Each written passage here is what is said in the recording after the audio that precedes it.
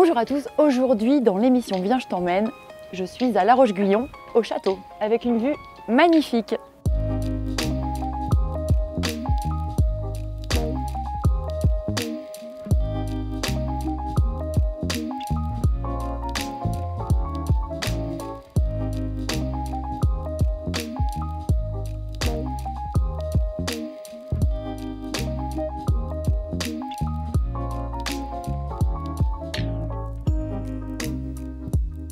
Bonjour Milena. Bonjour. Merci de me recevoir. Donc toi, tu vis ici? Oui. Et en plus, je crois que tu es guide. Exactement. Donc je suis tombée sur la bonne personne pour découvrir La Roche-Guyon.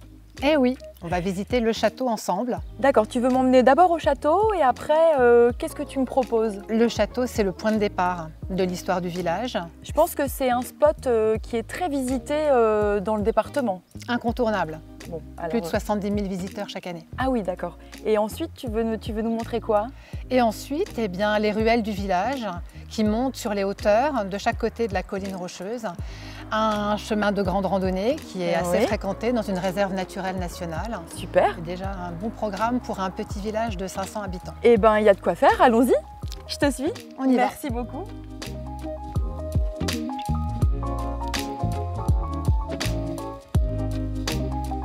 Alors explique-moi, où est-ce qu'on est ici? On est dans les entrailles du château de La Roche-Guyon. Le château de La Roche-Guyon, pendant de nombreux siècles, ce n'est pas un château à proprement parler, c'est une colline qui est truffée de galeries, de grottes qu'on appelle dans la région des Boves. Ici, on a carrément un tunnel souterrain et une succession de grottes qui se succèdent aussi sur plusieurs étages en fait. C'est une forteresse creusée à l'intérieur d'une colline rocheuse.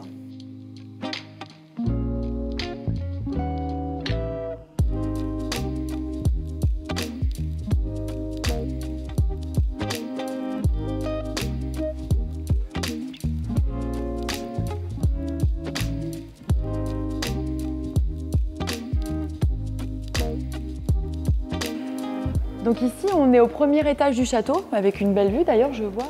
Exactement, on surplombe la Seine déjà d'ici. C'est le premier étage, c'est l'étage noble. On est dans la partie habitée par le propriétaire des lieux quand le château, le vrai château en pierre est construit par les propriétaires au Moyen-Âge, à la fin du XIIIe siècle, début du XIVe. La pièce n'a pas changé de volume depuis cette époque-là.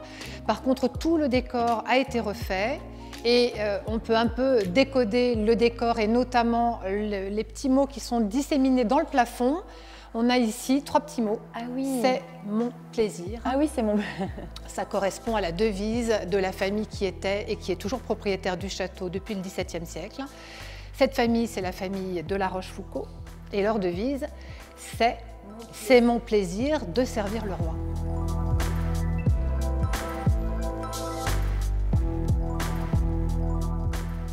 Alors Milena, là on se trouve dans une salle où il y a des tapisseries énormes. J'imagine que chacune a une histoire.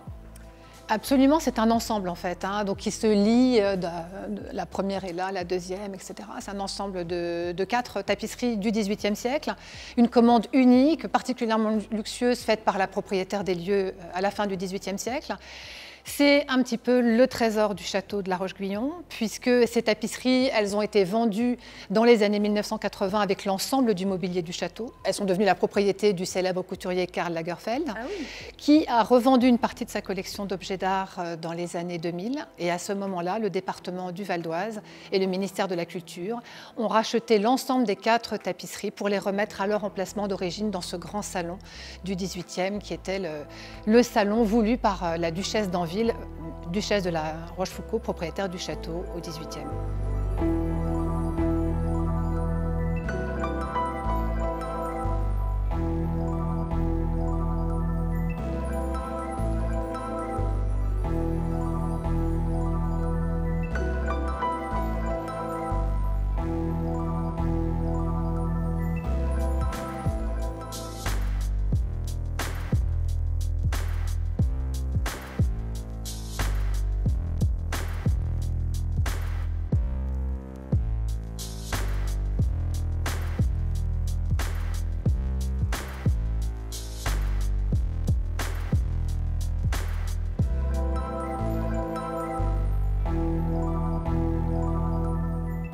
Alors Milena, on est sur le point le plus haut du château. Je suis un peu essoufflée parce que tu m'as fait monter combien de marches là?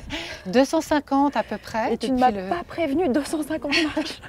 C'est un exercice un peu sportif, un peu physique. Je confirme. Récompensé par cette vue, donc on a à 180 degrés sur les boucles de la Seine, qu'on a à cette extrémité du Val d'Oise où on se situe. Sur la gauche, donc vers l'est, on fait face à la réserve naturelle nationale des Coteaux de Seine. On aperçoit tous les pinacles rocheux là-bas le long du fleuve. En face, on a une autre réserve naturelle régionale avec cette forêt de moissons qui est en face. Et vers l'ouest, on s'en va en direction de la Normandie. Et on suit donc les boucles de la Seine qui continuent vers la Normandie.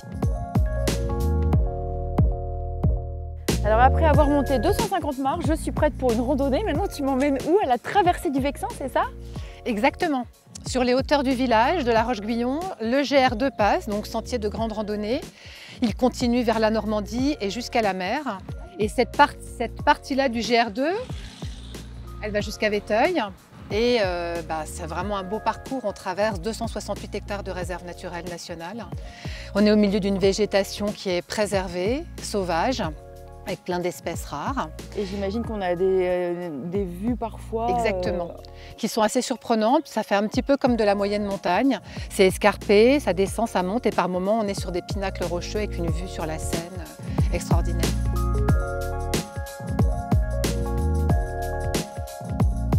C'est vrai que Milena, ici, c'est un chemin de randonnée incroyable pour les amoureux de la nature. On est quand même en Île-de-France. Exactement. Ouais. C'est ça qui est assez incroyable. On est à quelques kilomètres de Paris et on se retrouve en pleine nature. Tout à fait, dans une nature qui est préservée. Et puis on est entouré par la nature ici.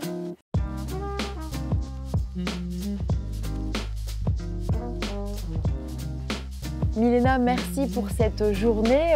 Merci d'avoir été notre guide du jour à la Roche-Guyon. Je pense qu'avant de se quitter, tu voudrais nous présenter quelqu'un? Oui, absolument. C'est un peintre, il habite juste à côté d'ici et il s'appelle Christian Broutin. Eh bien,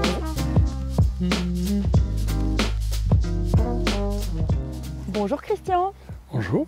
Merci de nous recevoir chez vous. On est très bien chez vous, hein. On a une vue incroyable sur la Seine, c'est magnifique.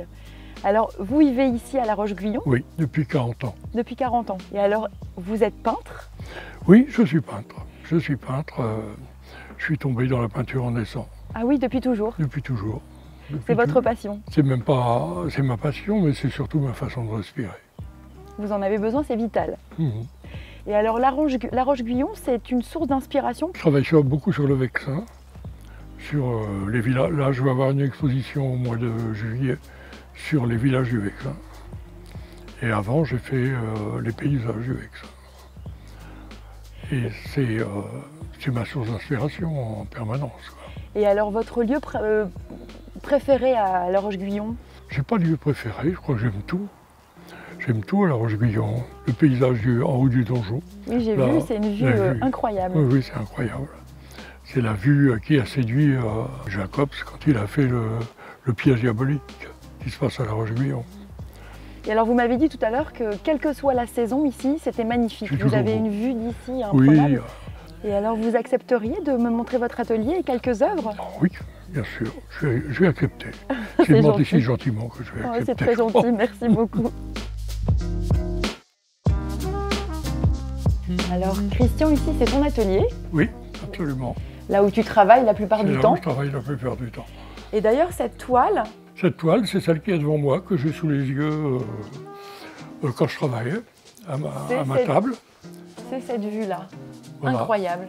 Alors j'ai fait une série sur ce méandre, qui s'appelle Méandre. C'est 20 toiles du même méandre, mais vues à des époques et à des lumières différentes. Ah oui, différentes saisons. Oui. D'accord. Et l'exposition d'ailleurs, la prochaine exposition, elle sera... Il va y avoir une exposition en juillet.